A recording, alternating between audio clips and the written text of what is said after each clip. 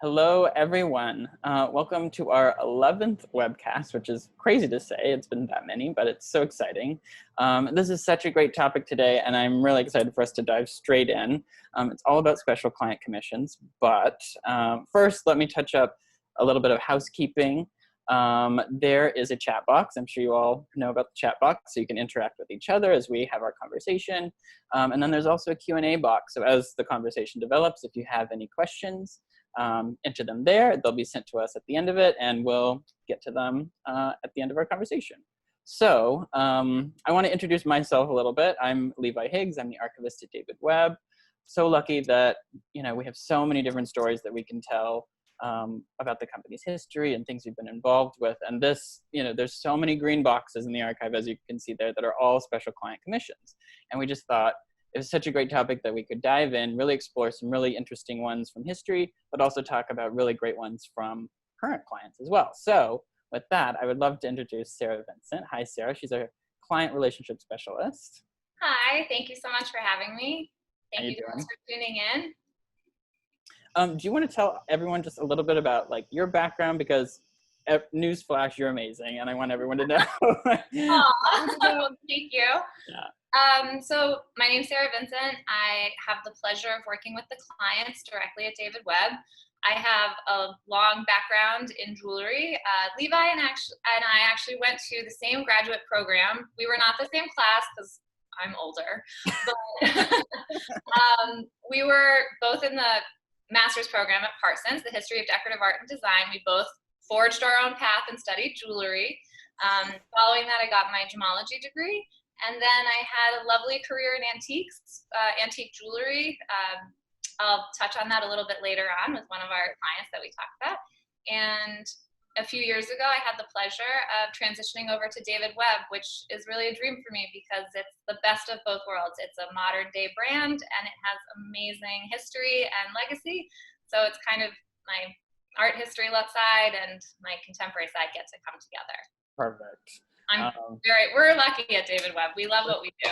We're so lucky, and we're a great team. I feel like we really have, just day to day, we have so many amazing conversations about how to serve clients from, historical records or pull drawings of things that people are interested in. So it's always a great conversation between the two of us of how we can best serve people and teach about the brand and all that. Absolutely. I could not do my job for my clients without you and the archive because we come up with so many great things and it's a really collaborative process. Yeah. Something that I think these webcasts have helped sort of illuminate is that David Webb is a huge brand, but we're actually a very small company. So we're very involved with one another, and it's from our CAD department to our archives to our clients. Yep.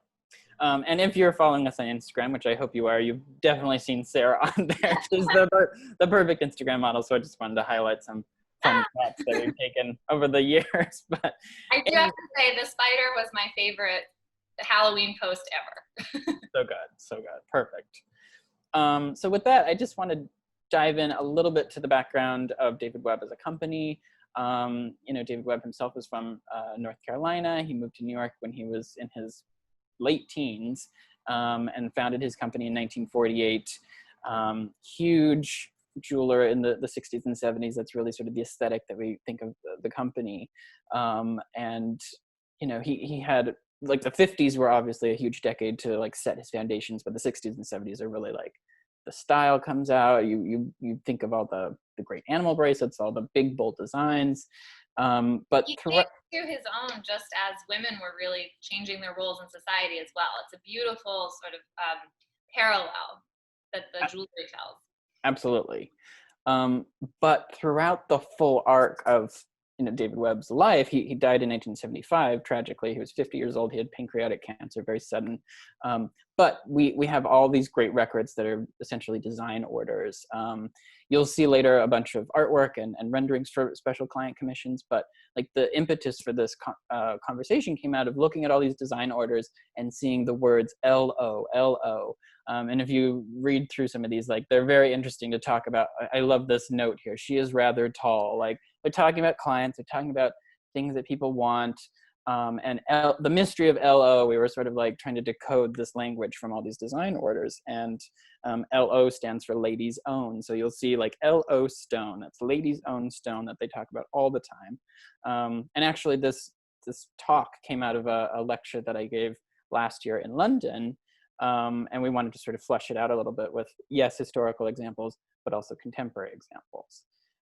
So this is sort of a peek into how it all works at David Webb. Like, you'd have a client come in, they would, based on these renderings, you can see that they wanted particular stones. They had a big kunzite set in the middle of this Maltese cross brooch, and they wanted to see different designs that could, come out of David Webb's mind and how it could come into being. So, there's peridots, there's the kunzite, there's tourmalines around the edge. And up here, I'm just going to use my cursor. You see number 2, number 3. I think this one's number 1, but it might be cut off. So they're given options. They're shown these fully fleshed out renderings so that they can see exactly to scale how the design would be made. Obviously, number 1 is the one that got made. You see the finished brooch here, and that's a historic piece from the 60s that we have. And we don't know this for sure, but we can guess that the client wanted this color palette because all of the designs are in this, the soft white enamel and the pinks and the greens. But I just love how different each design is, even within the same parameters, and especially just how much it changes by the way that you set the center stone. So that the second design, I love that it's askew or on a kilt. On the corner. That's so good. And to me, my favorite part about all of this is that, like, yes, you can see the narrative, the sort of birth of this piece, but then you also have versions 2 and 3 that weren't made and don't exist out in the world as jewelry, but they're like fully viable David Webb DNA designs that we can then go back to later, maybe to, oh, we love this idea, oh, we like this, well, they don't exist yet. They don't exist yet, exactly. It's like perfect fodder for the future from the past. And if you're watching this and you love something and we haven't made it yet, we can. Very true, very true. Nicely said. Okay, so with that, sort of setting up the idea of special commissions, we wanted to transition into these great clients. And one of our favorites that we like to talk about, super powerful, amazing woman, Marjorie Merriweather Post. Sarah, I know you know a lot about her if you want to. Sure. So my background, it was in antique jewelry and Imperial Russian works of art, which is pretty niche. And you can see in this photograph that there is Marjorie Merriweather Post, it's a little bit of a mouthful, at her estate called Hillwood, which is now a public museum. And she was a huge collector of Imperial Russian art, and particularly Fabergé. I mean, that crown that we're looking at is actually the coronation crown. She has an unparalleled collection, probably one of the best outside of Russia proper. Yeah. And what I love is that it's, Imperial Russia was a completely different age and time and has a very different energy to it. And yet she wears David Webb because she is a modern woman. Absolutely. And if I flip back here, I feel like this must be her house, right? Like got to be. I believe that is in Hillwood. Yeah. And those Russian icons that you can see. And when we're able to go back to museums, please do give it a go because it's great. So the piece we're talking about is this wonderful brooch that you can see right here on her shoulder. Here's the outside of Hillwood, and then this book. This was an exhibition they did at Hillwood a few years ago called Spectacular Gems and Jewelry from the Merriweather Post Collection. I don't want to get ahead of myself, but we'll start with the brooch. This brooch came to the David Webb Heritage Collection. We purchased it at auction. We saw it come up. We were just interested in the shape of the peridot, the uniqueness of the brooch. We thought it was sort of a stunning piece. Didn't know too much about it as we were acquiring it. But over the course of research, we found the drawings that you see back here sort of spread around. There's different drawings. We'll get to those later as well. But they were labeled under the name May. And, I hadn't done a full deep dive into that background after we acquired it. I just thought, okay, great. It's in the May box, But as Spectacular was coming together, we got in touch with one of the curators from Hillwood, and she had background on this brooch. And that's when we discovered that Marjorie Merriweather Post was married to Herbert May at one point, And that's why her brooch was under May, the name. So we put it together that it was her brooch. So as we looked up the records, it says using customers' material, furnishing this many diamonds, remounting customers' one triangular peridot. So the receipts and records really tell the story of like, she had this great stone that she wanted to have set. So here are all the different iterations that this piece could have taken. It could have been sort of a clover or a flower or swirling with feathers or something. And I think this one is the one that was ultimately made. And these are all in David Webb's own hand, these sketches? Exactly. So we have this very particular pad of paper that we know that he used, and this is that pad. And he often worked in pencil. He was very much a quick sketcher. I mean, it looks as though he probably laid the stone itself directly onto the paper because they're all the same sort of proportions and. Exactly. Yeah. Especially, if someone's providing this sort of unique, fabulous peridot, you don't see stones cut like that very often. We call them fantasy cuts. Yes. And I wonder, we're not sure where it came from. I think it might have been a gift from her daughter. There was some record of like, stones purchased by my daughter in India or something. But, peridot is such a Russian stone, right? When you get a really good peridot, it's often like a Russian peridot. I wonder, with her connection to all those different. It could have even been a gift. Maybe we'll have another research project. Right. Oh, you're absolutely right. So here you can see the name May written down on the drawing. And this is the one that got made, of course. But what was super interesting to me working with the curator from Hillwood during, putting together her book, she could identify this writing, which I hadn't really noticed or made note of, but it says, okay to make MMPM, Marjorie, Merriweather, post May. She's approving this design. She's, being sent multiple versions. She's choosing the one that's a sketch. She gets the full color rendering and she approves it to be made. So great. You get the full life cycle here. And this photo, this is like just the best. Does she look like a boss or what? I think this is like a board meeting of Post Cereal or the company that she's the CEO of. There's a few women in the audience, but she is like very sort of identifiably the one woman right there in the front. She commands the whole room, it looks like. And she has a different energy. She seems relaxed and in power, whereas everyone else seems attentive. Right. And she's got the brooch on. You can barely see it, but there's that triangular shape right there. David Webb jewelry is very empowering, it's true. It does make you feel a little bit more emboldened. Yes. So this is actually a Cartier necklace that she owned. And, Cartier is so well known for their combination of amethyst and turquoise. It's like really classically Cartier, but also just a great color combination in general. I think she got this necklace in the 50s. It's sort of that, collar, sort of sweetheart style of necklace. But then, she had David Webb make this bracelet for her, clearly to match the necklace, using her own stone as well. But it also feels very David Webb in this like sort of, lacy ribbon style. It's an amazing compliment to the Cartier piece without competing with it, and it's not copying it either. It's really I think it's a testament to what an amazing designer he is, that he could take someone else's aesthetic and put his own version on it to make a matching set right so well. And here the record says, designing and remounting customers. She looks like she provided diamonds, the amethyst, and then she had a lot of different materials. And here's the sketches and the final design. So beautiful. Works of art in and of themselves, honestly. Honestly, I could just spend all day in the archive looking through the drawings because they're so beautiful and so inspiring. And they really do a great job of illustrating what the jewelry is going to look like. Yep. It's never a big difference, between totally. the design and then the realized piece. Absolutely. And sometimes, not on this one, but sometimes they would cut out, like if it was a necklace or something, they'd cut out a neck form so that you could like hold up the drawing to your neck or, wrap the bracelet around your wrist so you can really see the scale and the size and make sure that it's exactly how you want it to be.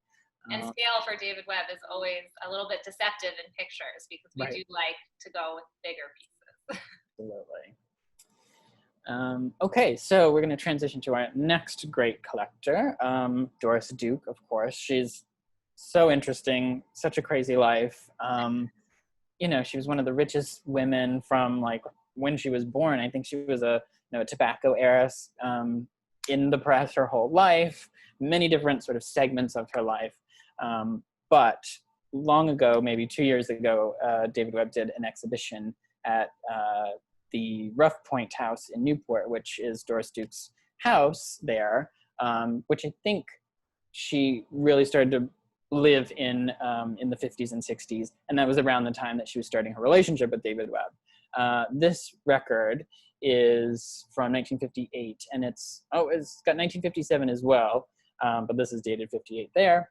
And it sort of details different things that she was having done. So here she's remounting customers' pear shape and marquee diamond and platinum clip.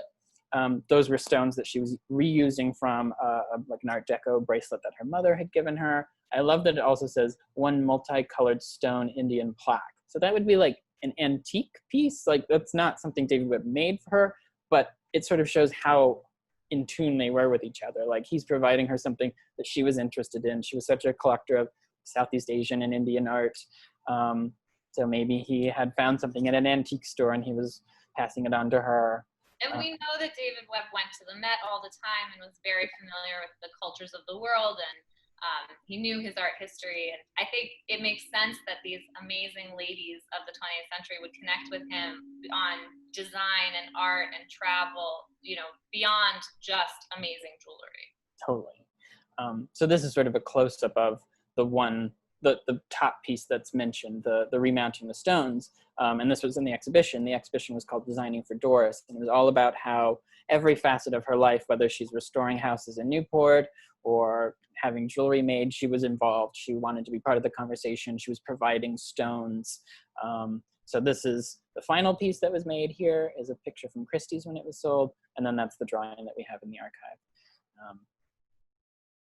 This necklace is great too. It's also, she provided her own stones. If you see down there in the receipt, sorry, it might be a little too small, but she's providing her own sapphires and turquoise. And, he came up with this great sort of a little conservative, like classic sort of collar necklace, but at the same time, how do you feel about the colors, Sarah? I think the colors are amazing. And I love that David Webb mixes, he doesn't worry about precious and semi-precious. It's really about how the composition comes together. So it's turquoise, it's the finest quality turquoise, Persian, it's perfect, beautiful material. And then paired with sapphire, which you don't normally see. You either see sapphire and diamond or you see turquoise and diamond. This combination of the hard stone and the crystal is what I mean by that is this turquoise and the sapphire is really interesting and something that only really David Webb would kind of have the gusto to do at this point in time. And then because he knows his client, Doris Duke is such an elegant lifetime celebrity, it's really fitting for her that it's still in this regal sort of style. So it's not so out there that it doesn't work for her. But it's so bold in the David Webb way. Absolutely. Yeah, totally. So this is a really fabulous piece of David Webb history that I wish we had more of. They're essentially these ledger books, and we only have them for 2 years. This is 66 to 67. I think we have 67 to 68 as well. The others, who knows where they are. If anyone has them, please let us know. But you flip through and they're dated individual pages, they're numbered, and someone was recording who came into the shop each day. So here's Miss Duke. She came in on it's November 25th, 1966, designed diamond pearl earring, and who she worked with. She worked with Mr. Webb, of course. A client of that caliber has to work with Mr. Webb. But you see these hand sketches of earrings that she was going to have made, number one. Number two, she was providing her own pearls, of course. And it's a subtle difference, but like this interior diamond ring here, those are all just sort of round brilliants. Here, they're a little more tear-shaped settings. So then, if we swap here, you can see the final client presentation drawing that's hand-painted. Really beautiful drawing. This was also exhibited at Rough Point 2 years ago. And then here's the pearl earrings themselves as they were made with the teardrop shape. So fabulous. Gorgeous. They're huge too. I mean, they are truly, we call them shoulder dusters for a reason. Yeah, absolutely. And Doris Duke was tall. She was tall. Statuesque lady with commanding presence, so she could really carry off earrings this size. Yeah. I mean, look at her. Look at her. This, she's coming out of the Met Gala in the 70s, I think. And these earrings have only been made 2 times, once for Doris Duke and then once when we recreated them for the exhibition. But we did them, of course, in a different stone just to sort of change it up a little bit with the great emeralds. I mean, they couldn't have come out better. And I just wanted to share a little bit of what the exhibition looked like at Ref Point. It was really fun. It had a lot of different drawings of the houses that she had saved and restored in Newport, and then a lot of ephemera about her work with David Webb and jewelry. So there's the earrings, there's the ledger book laid out. I mean, look how big they are. You can see Yeah. in the case. It was a great display. Yeah. So this record is a little later. This is 1969. But if you read the line items, it's detailing pieces and stones and individual things that David Webb was holding for her in the safe. So, she's literally saying, here's my 14 loose pearls, my loose turquoise, all these different materials, just sort of her tools, so that eventually they could be put together into jewelry by David Webb. And that was sort of their working relationship, and I'm sure they talked all the time. I wish we had correspondence letters, but the Duke Archives is sort of devoid of that sort of information, and we don't really have that either. I do love how it's stamped though, received, Doris. Yes. Duke. Yep. And that's David Webb's signature down at the bottom. But we hear this story about her coming in with a paper bag full of rubies, and this is potentially the necklace that was made.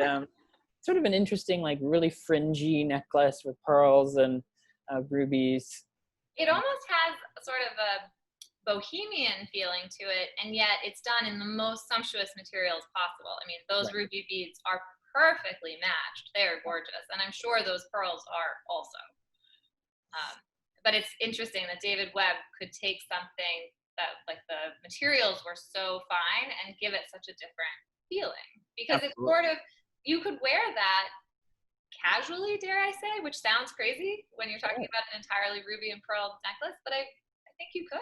Yeah, why not? I mean, if you're confident enough, bold enough, brave enough, you can. I believe that. Okay, so our next couple, interesting couple. This is Robert Six, who was the CEO of Continental Airlines, and his wife was Audrey Meadows. She was an actress. She was in The Honeymooners.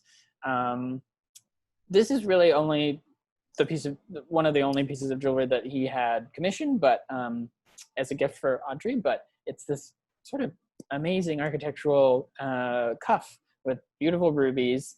And we came across the drawing, we came across the molds, and we decided to reproduce them. I think we tried it first in emeralds just to see what another variation would be, and then we made a matching pair so that someone could have one on each wrist, of course. And we call them the Continental cuffs, of course. Not a long story, but an interesting story. Sarah, you know a lot about this one. I'll let you Sure. So I love this necklace. It's a personal favorite of mine just because look at it. And the story is great too. So the client came in 1973 to David Webb. She had purchased this Mayan carved turquoise piece that you see in the center. And it's a human head with a jaguar head on top. And so she bought it on her travels in Mexico, came into the store, met with Mr. Webb, and they came up with designs for it. And I love this. I mean, again, we get to see the process, which I think is just such a privilege to have that insight into the creative process. And we see these 2 designs that he came up with. He went with the one on the left, which in my humble opinion is the better one, because a headdress on a jaguar head on a head is a little unnecessary. But if you go back to the image of the necklace, I just love the complement. The colors, again, are so David Webb, using these beautiful, probably Siberian amethyst, just based on the quality of the color, those beads, to, Siberian. So we're bringing a Russian stone in with a Mexican artifact and making this unbelievable necklace that is timeless, classic. It's sort of a, what's the best way to say it? It's like a love letter to the cultures of the world, and it has all these hallmarks of David Webb. The hammered gold. It almost has a Greek key clasp, you know. But if you say, "Oh, I'm having Russian, Mexican, ancient beads, and maybe a Greek key," Yeah, sure, why not? and diamonds. I think it's so interesting too that, David Webb, as we mentioned, went to the Met all the time and was super inspired by different cultures of the world. So, and similarly with Doris Duke as well, if she was interested in Indian art and he's providing her with something like that, like this is the same situation. He's working with a client who was a collector herself of things from, artifacts from around the world, which also inspired David Webb's jewelry. So it's this perfect meld of like client and jeweler and their interests together to make this piece. That I honestly think no one else would have come up with it like this. It's a true David Webb design. Right, and it's very powerful. Like it's just like it's swag. right? Yeah, it like sits right here on your sort of chest plate, and the swag of the beads. This piece is in our book, so if anyone has our quintessential American jeweler book, it's featured in that heavily. So take a look. Yeah, it's beautiful. This one is also in our David Webb book, which is so fun. We call it the Angry Beaver, even though it's smiling and is a happy beaver. Happy beaver, for sure. This family was named Yulau, and they were super interested in beavers, and they had provided David Webb with these woodcuts. So at the very bottom, that's like an image that was provided to David Webb to be inspired by to make some beaver pieces. And my favorite part of it is the teeth that are sort of these trapezoidal baguette shaped diamonds as like buck teeth for the beaver. I love the drawings for the feet, the little feet designs. I mean, they are so charming. Little diamond paws, cute. And they had a lot of beavers made. I mean, there's this bracelet, there's these the white enamel. For a daytime beaver, it's fun. And again, it's great to see the piece and then the design, how it was fully brought to life. Absolutely. And another woodcut down here at the bottom. There were sort of two that they had sent in. So that's also part of our archive now, like not only the drawings, but also sort of the ephemera from, the moment of creation. This one's just sort of interesting in that it combines all the different elements of like the rope work, the hammered gold. This was a client who had a yacht, so she wanted a compass and sort of a nautical themed sautoir, which you can see her wearing it in that lovely blue outfit, and her name was Simone. The boat was called La Belle Simone. Sort of fun moment. And obviously, that's a custom piece in that we don't make compasses, but we make fabulous jewelry, and we can always make something custom for you. Absolutely, your interest is our, pleasure to try and make it happen. So now we can talk about like contemporary examples of how this all works, and Sara, I'll take it away. Sure. So here we have a fabulous ring design from our Manhattan Minimalism collection. So it's with black enamel and then the pave diamond set in platinum, all done on the 18 karat yellow gold ring. It's very geometric. And we had a client who's one of our most favorite, and she has this stone. She came in with a brown topaz, which is not a stone that we normally work with. Nothing against it. It's just not a stone that you see too often in high jewelry. And so intrinsically not so valuable, but priceless because of the sentimental value. When she was 19, she and her husband got engaged and then married. And this was their engagement ring because that's all that they could afford back then. And so she's had this stone that means the world to her, but she's never really worn it. And all these years later, in all these very happily married years later, I should add, she wanted to upgrade it and actually wear her stone that meant so much. And so we had this great project of turning it into a ring, a David Webb ring. So we went to the archive, which is always where we start, looked at different designs. We know her well, so she loves big pieces. So this was a scale that would work for her. She loves hammered gold. Honestly, she wants every piece of David Webb to be hammered. And I think we just did an amazing job here where we bezeled the stone and, there's no enamel. We kind of took the design and made it a new and custom for her. And she loves it. And we're just so happy that it turned out so great. And it's such a lovely, sweet story. And after all these years, now she's wearing it. That's the best part is, and once again, it's that theme of ladies own stone comes back to, be a part of the conversation. I love that it sort of turns the original design on its head of like, the blank space of the enamel becomes the gold, the hammered gold, and the diamond section here becomes her stone. So it's the same silhouette, obviously, but just reimagined in a new way that still feels like very David Webb. Absolutely. Yeah. Great story. This is also another great story. I mean, everyone loves totems. We have to talk about totems. We love totems. And so this one is another fabulous client. She's from the Midwest, and she wanted a custom totem. I have a quote from her that I'll read. Oh, so please. You'll notice there's a giant aquamarine in the bottom portion of the pendant, and that's a Santa Maria aquamarine. It is beautiful. I mean, it's like looking into Caribbean waters.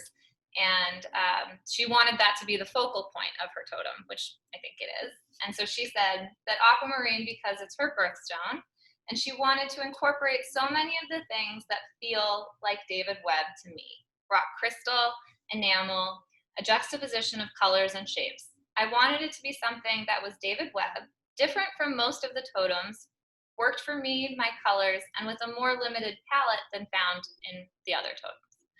But I wouldn't even call this a limited palette. I think it's in sort of a tone, blue and green, but it has such phenomenal stones. We have black opal, green chrysoprase, labradorite. We have cat's eye moonstone, swirl cut Siberian amethyst, crosshatch rock crystal. It's beautiful. It's so lush. But at the same point, it does have these like very cool tones, and it feels like sort of one way. It's not too disparate. And she wanted this shape, this sort of arrow across the center. So it has a different form to it as well. And like all of our totems, the pieces are interchangeable. So she can always add to it should she wish, or just wear one, two, or all three. Right. And it's beautiful. My own personal story with it is I was giving a tour to a curator on the day that this client was receiving this piece and seeing it in person for the first time, and I just happened to be there at the moment, and the client was gushing about this piece. She loved it. She was saying how special it was for her to like have been a part of the creation, have known everyone, from the salesperson to the CAD team who helped and the people in the workshop. Like she'd been a part of it, and she felt like that connection, that like familiar, connection embodied in this piece. And it was just like blowing her away to finally see it and realize it and love it. And then later the curator who I was with is like, that was such a special moment because, as someone who just deals with decorative arts from the past, like to be able to witness like that level of, connectivity between a person and an object that they love was just mind blowing. And it's like, I feel like that happens all the time with us, and it's just nice to like recognize that moment. Absolutely. And then, this was such a success that we are now in the talks of making a his and hers piece out of it to make a complimentary lapel pin for her husband that is a totem design and like a matching to her. So take some elements, some same stones or maybe different shapes, and they'll have a his and hers set, which is really great. And one thing that I love about these totems, I think you can say it for all of them, is that they are so design forward that even though they're these big, bold, amazing pieces, they're never sort of blingy or flashy. They're really just great design. And this is a perfect example of that. Absolutely. Okay, so our final story, which is a super great story. This, we call it the caged kitty ring or the cage ring. This ring emerged a few years ago from the workshop.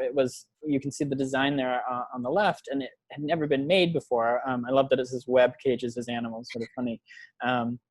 But we wanted to, see what it looked like as a real ring. So there's a few different versions of it. There's, sort of the straight from the design version with no diamonds, just the diamond tiger on the inside. But then we, tried to jazz it up a little bit with some diamonds. So and we twisted the wire, and yeah, just subtle differences. Right. So do you want to Sure. So transition us? so we love this ring, and we were so excited to bring it to life from the archives for the first time. It sold right away to someone else who loves it just as much as we do. Yep. And she actually loved it so much that she wanted to make more of a set out of it. Not necessarily the cufflinks, which is what we had in the archive, but so we made earrings for her. Yes. So you can get a sense of the scale. Again, they're shoulder dusters. Yep. And this was such a great project. It was so much fun to bring this to life. And she is also, like Doris do, quite statuesque. So she really carries these off beautifully. Fabulous. And just so fun, like to take it. I love the story arc of it too, like a design that had never been made gets realized and then sort of has another life beyond that, of like taking the idea, taking it one step further. I mean, we love these earrings so much, and we wouldn't have made them without her calling us to do it. Right. Yeah. And then I just want to point out that the leopard on the inside is a reference to our leopard brooch, which is done in all gold with these collet set diamonds. And you can sort of see the shape and the form is very much the same silhouette. So it's David Webb through and through. Really great piece. Love those. So that's sort of the end of our prepared discussion of special client commissions, but we did get a lot of questions roll through as we were talking. So let me scroll back up. And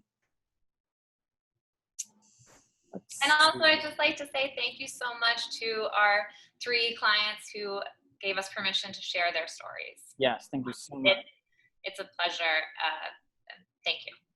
This is sort of relevant to what we were just talking about. Does David Webb still do drawings for clients like this, or are they all digitized? So I'm going to scoot back here. You can see one digitized drawing here. And then right here is another digitized rendering. We certainly can do hand rendering drawings for people, like painted and sketched. It's certainly much more time consuming. It's a total lost art. So we're lucky to have people that we employ that can do that sort of work for people. But at this point, most of it is done on a computer just for sort of speed, I suppose, to get options to clients quickly. And because it's a work in progress, our designers will come up with these beautiful renderings, we present them to the clients, and then many times we have to change them. It's true. Let's see. Okay, this is a tough one, so give it a think, but it's for both of us. What is your favorite special commission piece that you've come across at David Webb from the archive? I'll go first because I can think of one off the top of my head. Okay. I talked about it in an earlier webcast. It was a coin necklace, like a doubloon coin necklace that was commissioned for Frank Sinatra. And I cannot find any photos of anyone, whether he wore it or his wife wore it, but it's this sort of long, Holbein-esque man's necklace. It feels like it could be a man's necklace. It's like all these gold crosses and then doubloons set into it. So that would be like someone's own materials that they're bringing in, having made. Maybe it was a gift to someone. We don't really know the full story of it, but I just think it's sort of this amazing man. I think for me, piece. For me, it would probably be one of our objects, just because I am obsessed with our gold pocketbooks, like handbags that we've made in the past. And please correct me if I'm wrong, Levi, but I believe most of those were special commissions. I love those. Half and half, I would say. Well, I think those are just amazing. I mean, the clamshell clutch is just perfection.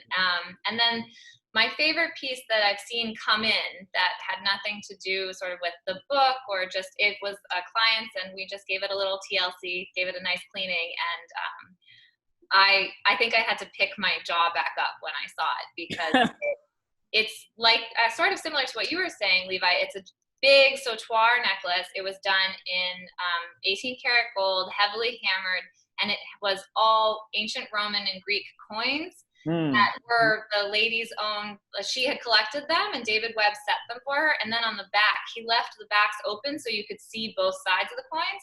And he added a little gold plaque that said, ancient Greece 3 BC or something, or, Roman, Athenian, Sicilian, whatever it was. It was amazing. And Yeah. that I love coin jewelry just like Levi. I think it's the art Yeah, history. I'm wearing mine, if you can see, I don't know.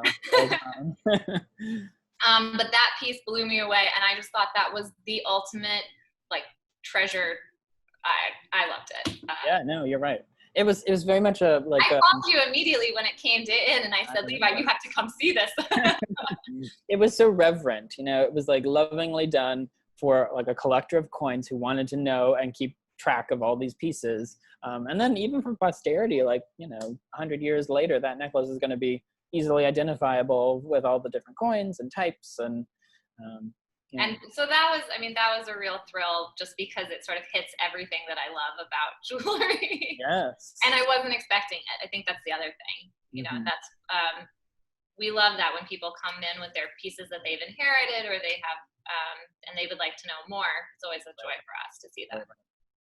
Okay, here's a great question. Are you currently reproducing any of these VIP designs for sale? Would you ever do that? So I'm going to flip back to a good example of that with the beaver, because so obviously these were first done for this family who loved beavers, but you know, as David Webb was still alive, he produced these beavers, you know, so there's more than one of these beavers out there. And also with the Audrey Meadows bracelet, those, you know, that was a one-time piece.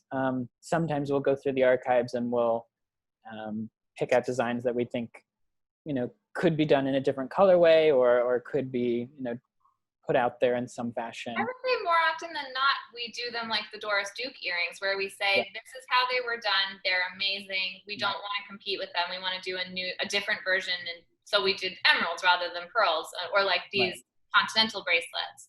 And then, you know, if a client ever requested that theirs be the only one, we would, of course, honor that. Absolutely. Absolutely. So it's sort of an evolving conversation, dependent on the piece, but it's a great question. Okay, one more. Let me see.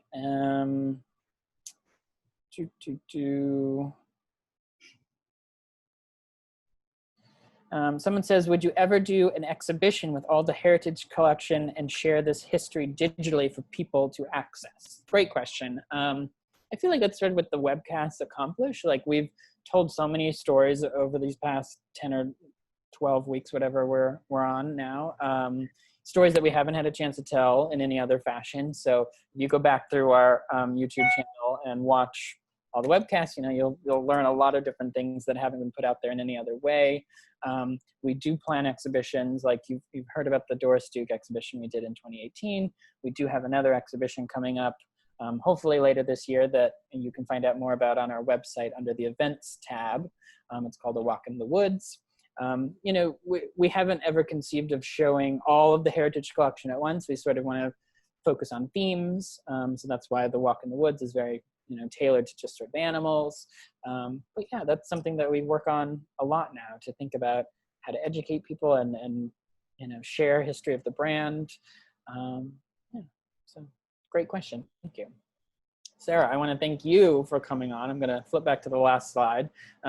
There's both of our emails. If you ever want to be in touch with Sara or myself, please visit our website and look at all the different webcasts. You see the link right there. You can sign up for our newsletter too. Thank you, Sara. I hope you had a good time. Thank you for having me. I did. And thank you all for tuning in. I hope you liked our presentation. Thank you, everyone. Stay safe out there and have a nice afternoon. Bye. Bye-bye.